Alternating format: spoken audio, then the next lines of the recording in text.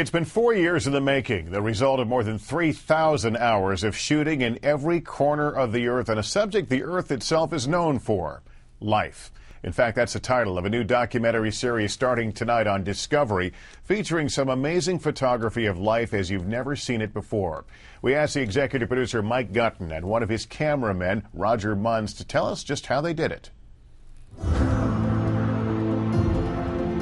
One of the aims of the series is to not only take people into the animal's world so they're experiencing what it's like to be that animal, but also to show them things that effectively are unseeable. There's a wonderful sequence with a little fly called a stalk-eyed fly, which goes through this amazing transformation. They pump air into their heads, and you can see it, the bubble in their heads, and then they blow their eyes out on these stalks. And what they're doing is the males with the biggest eye stalks are the kind of top dogs. That's when we use macro photography. The flies themselves are about the size of a grain of rice, but the eyes are about the size of a pinhead. Sometimes you just have to be very patient, and you have to go a very long way away and use a big, powerful telephoto lenses.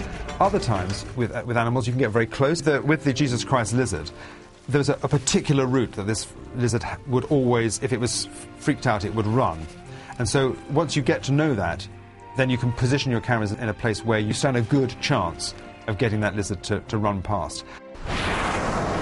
We were filming 10 humpback whales, each 50 tons in weight, following a female, basically on heat, and they're looking to be the last man standing. Because they're moving so fast, the challenge for us was to actually get in the water and film them moving. It was almost like standing on a freeway with 10 huge trucks just storming past you. We couldn't use scuba equipment. Because the bubbles, in effect, I had to free dive down on a single breath of air, which is what they're doing. The grebe sequence is the most romantic sequence in probably the whole series. They go through this lovely dance. The final thing they do is they almost jump up on their toes and then run along the surface of the water with their bodies absolutely held solid, and they're just looking at each other eye to eye. It's sort of a bonding, saying, "I love you." The bar gets higher and higher and higher with every one of these series we make. We've achieved what we set out to do, which is really bring some amazing animal behavior to the screen.